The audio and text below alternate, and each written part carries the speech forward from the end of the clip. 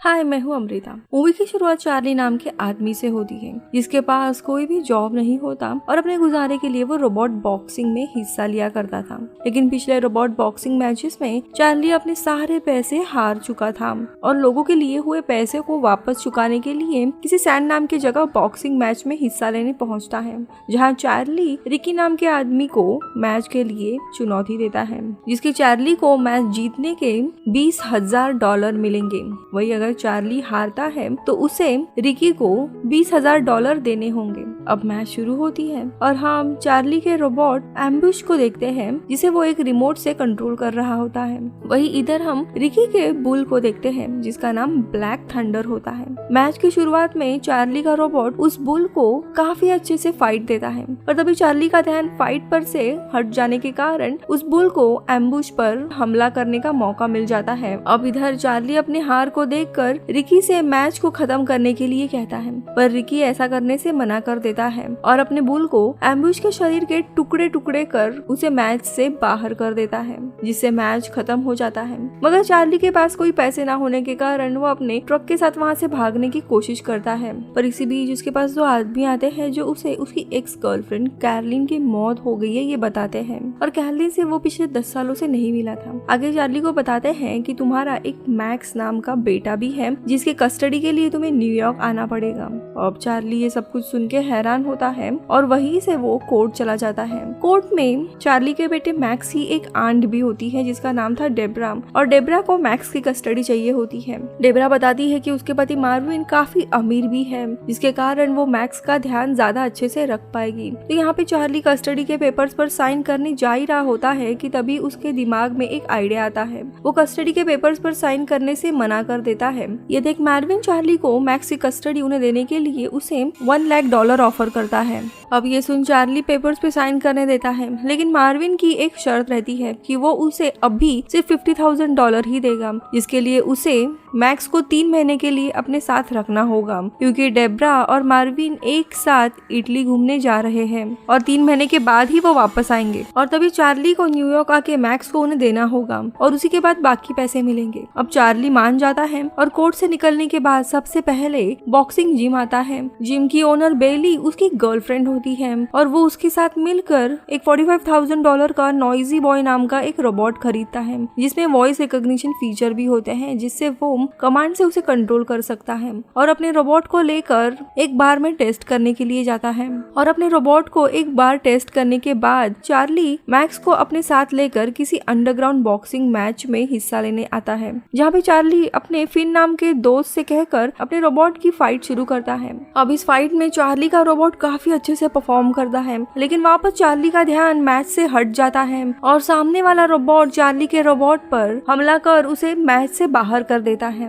Match में उसका robot पूरा खराब हो गया था, इसीलिए वो स्क्रैप यार्ड जाता है, जहाँ उसे अपने रोबोट को ठीक करने के लिए स्पेयर पार्ट्स मिल जाते हैं। मगर काफी ज्यादा तेज बारिश हो रही थी। उसके साथ मैक्स भी होता है और मैक्स का पैर फिसल जाने के कारण वो सीधा खाई में गिरने लगता है, लेकिन खाई में गिरने से पहले किसी चीज के बीच में आने के कारण मैक्स बच जाता है और चार्ली नीचे जाके मैक्स का हाथ पकड़कर उसे फिर से ऊपर खींच लेता है। वही मैक्स देखता है कि जिस चीज के कारण उसका हाथ रुक गया था वो किसी रोबोट का हाथ होता है, जिसे देख मैक्स चार्ली से कहता है कि हमें इसे बाहर निकालना चाहिए, पर चार्ली उस रोबोट को एक कबाड़ खाना समझकर वहाँ से निकल जाता है। मगर मैक्स हार नहीं मानता और पूरी रात वो रोबोट को बाहर निकालने में बिताता है और अपने साथ वापस रोबोट के जिम में टॉयलेट बॉक्सिंग जिम जो रहता है वहाँ आता है, जहाँ पे चार्ली मैक्स के लाए हुए रोबोट को देख काफी हैरान रह जाता है, जिसका नाम मैक्स एटम रखता है। अब चार्ली के पास कोई भी नया रोबोट नहीं था, इसीलिए बेली उस रोबोट को चेक करने लगती है और उसे पता चलता है कि ये रोबोट दरअसल 2nd जनरेशन रोबोट है, जो कि उनके कोई भी काम का नहीं था।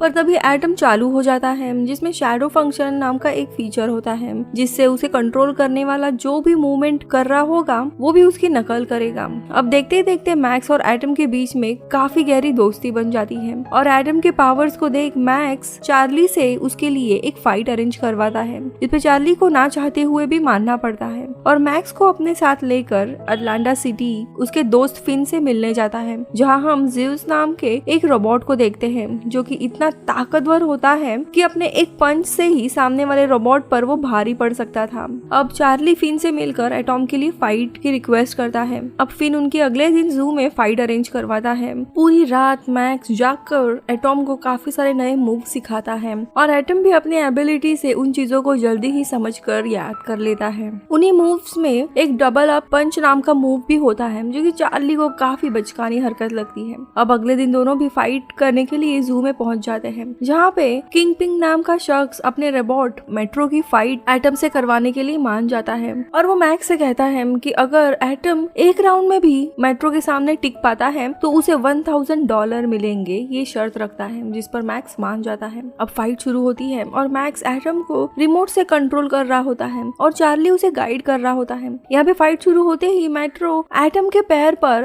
अपना पैर रख देता है, जिससे अब एटम हिल भी नहीं पा रहा था और मेट्रो लगातार उसके ऊपर वार करने लगता है, पर किसी भी तरह एटम उसे सभी वार को झेल लेता है और पहले राउंड में सरवाइव कर जाता है, जिसे देख किंग पिन उन्हें अगले राउंड के लिए चैलेंज करता है और उसे कहता है कि अगर इस राउंड में तुम टिके तो तुम्हें $2000 मिलेंगे और अगर हार जाते हो तो कुछ भी नहीं मिलेगा। अब सेकेंड राउंड शुरू हो जाता है और मेट्रो एक बार फिर से एटम के ऊपर अपना पैर रखने की कोशिश करता है, पर इस बार एटम पहले से ही अलर्ट होता है और अपना पैर पीछे खींच लेता है और मेट्रो के ऊपर मैक्स का सिखाया हुआ डबल अप पंच लगाने लग जाता है, जिसकी वजह से मेट्रो में सिस्टम फेलियर आ जाता है और इसी तरह मैक्स अपनी पहली मैच आसानी से जीत जाता है और उसे $2000 मिल जाते हैं। अब चार्ली बेली को कॉल करके उसे एटम के मैच जीतने की खबर देता है, जबकि उसी रात मैक्स पूरी रात जाग के एटम के अंदर काफी मॉडिफिकेशन करता है और उसमें अपडेटेड वोकल रिस्पॉन्स सिस्टम भी लगाता है, जिससे कि वो एटम को आसानी से वॉइस कमांड देकर कंट्रोल कर सकता है।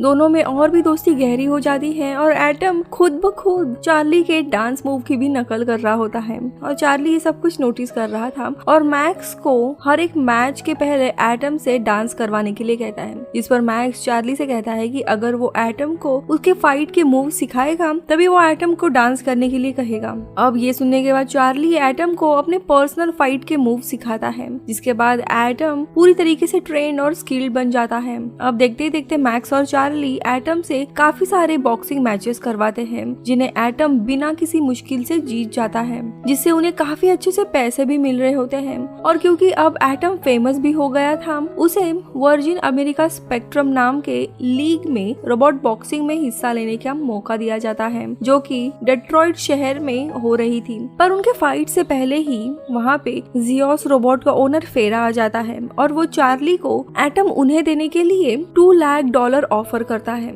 लेकिन मैक्स इसे देने से मना कर देता है और चार्ली को समझाता है कि एटम से वो लोग काफी ज्यादा पैसे जीत सकते हैं। दूसरी तरफ एटम की फाइट दो सिर वाले ट्विन सिटीज नाम के रोबोट से होने लगती है और एटम मैक्स के साथ काफी इंजॉय करते हुए रिंग तक पहुंचता है। लोग उसे काफी इंजॉय करते हैं क्योंकि ऐसा डांस करता हुआ रोबोट उन्होंने कभी भी नहीं देखा था। अब देखते देखते मैच शुरू हो जाती है और ट्विन सिटीज ये रोबोट एटम के ऊपर भारी पड़ने लगता है और एटम को रिंग के कॉर्नर में लेके जाकर उसे लगातार पंचेस करने लगता है कि तभी चार्ली को ट्विन सिटीज के शोल्डर के यहाँ पे एक वीक स्पॉट दिखाई देता है और इसी चीज का फायदा उठाते हुए कॉर्नर से निकलकर एटम उस पर पंचेस लगाने लगता है और अपना फाइनल पंच से ट्विन सिटीज को मैच से नॉकआउट कर देता है, जिसके कारण एटम मैच जीत जाता है, जिसके लिए चार्ली और मैक्स को ये फाइट जीतने के लिए $1 लाख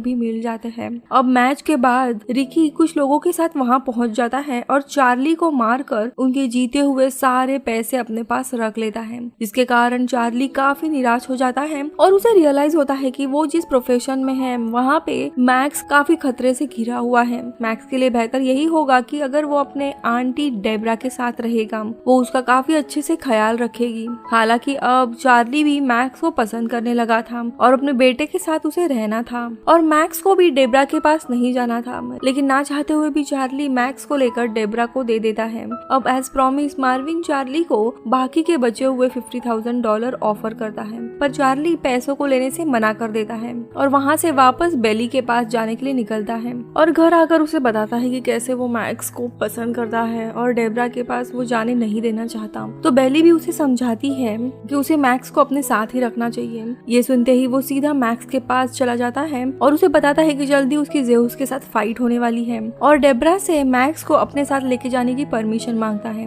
डेब्रा मान जाती है। अब यहाँ पे सब लोग मैच के लिए काफी ज्यादा एक्साइटेड होते हैं और फिन के पास आके काफी सारे लोग बेट लगा रहे होते हैं क्योंकि अब तक एटम काफी फेमस हो गया था। इस बेट में रिकी भी शामिल होता है जिसने चार्ली को मारकर उसके $1 लाख चुराए होते हैं और ये सारे पैसे वो एटम के खिलाफ राउंड में लगा देता है। अब मैच शुरू होते ही ज़ेउस अपने एंट्री लेता है। उसकी एंट्री काफी खतरनाक होती है। ये देख सारे लोग डर जाते हैं पर चार्ली कहता है कि उन्हें इस मैच को किसी भी हाल में जीतना है। अब मैच में दोनों के भी 5 राउंड होने वाले थे और मैच के सबसे पहला राउंड शुरू होते ही ज़ेउस अपने पंचेस से एटम पर भारी पड़ने लगता है और लगातार उसे मार रहा होता है और एटम के सिर पर पंच मार के उसे रिंग में गिरा देता है। पर इसके पहले की काउंटिंग खत्म होती मैक्स के चीखने पर एटम किसी तरह खड़ा हो जाता है और एक पंच सीधा ज़ेउस के सर पे लगाता है जिसे देख सभी हैरान हो जाते हैं क्योंकि आज तक किसी भी रोबोट ने ज़ेउस पर वार नहीं किया था, जिससे एटम में थोड़ा कॉन्फिडेंस आ जाता है और वो ज़ेउस पर और भी पंचेस लगाने लगता है। लेकिन ज़ेउस फिर भी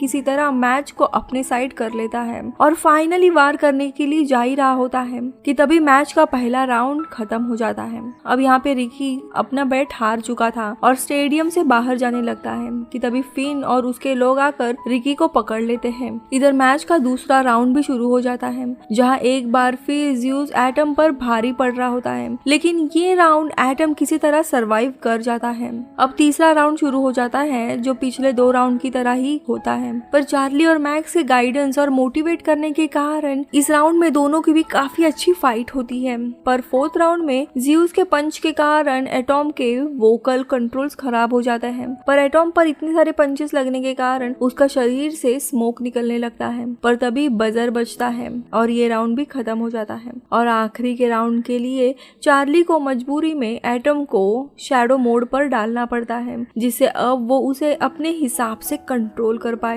यही मैच का आखिरी राउंड होता है और क्योंकि अब सारे कंट्रोल्स चार्ली के हाथ में होते हैं, लेकिन अभी भी ज़ेउस एटम पर भारी पड़ रहा होता है। पर अपने डिफेंसिव मोड में होने के कारण एटम किसी तरह सारे पंचेस को झेल लेता है और तभी ज़ेउस की बैटरी भी खत्म होने लगती है जिसका फायदा चार्ली उठाता है और ज़ेउस पर अब अपने पंचेस लगाने लगता है। अब ये देख ज़ेउस का जो मेकर होता है वो ज़ेउस के कंट्रोल अपने पास ले लेता है, पर अब फाइट पूरी तरह से एटम के साइड चली गई थी और एटम अब बिना रुके ज़ेउस पर पंचेस लगाने लगता है जिसे देख चार्ली को भी बॉक्सिंग स्किल्स के बारे में पता चल जाता है। इधर बेली और मैक्स सब कुछ देख काफी इमोशनल हो जाते हैं और मैक्स अपने पिता के लिए काफी प्राउड फील करता है कि कैसे उसके पिता उसके लिए ये फाइट करवा रहे हैं। चार्ली को पैसे की परवाह नहीं थी, लेकिन मैक्स को किसी भी तरह उन्हें जिताना था। वही इधर रिंग में एटम ज़ेउस को नीचे गिरा देता है, पर काउंटिंग खत्म होने के बाद ज़ेउस किसी तरह खड़ा हो जाता है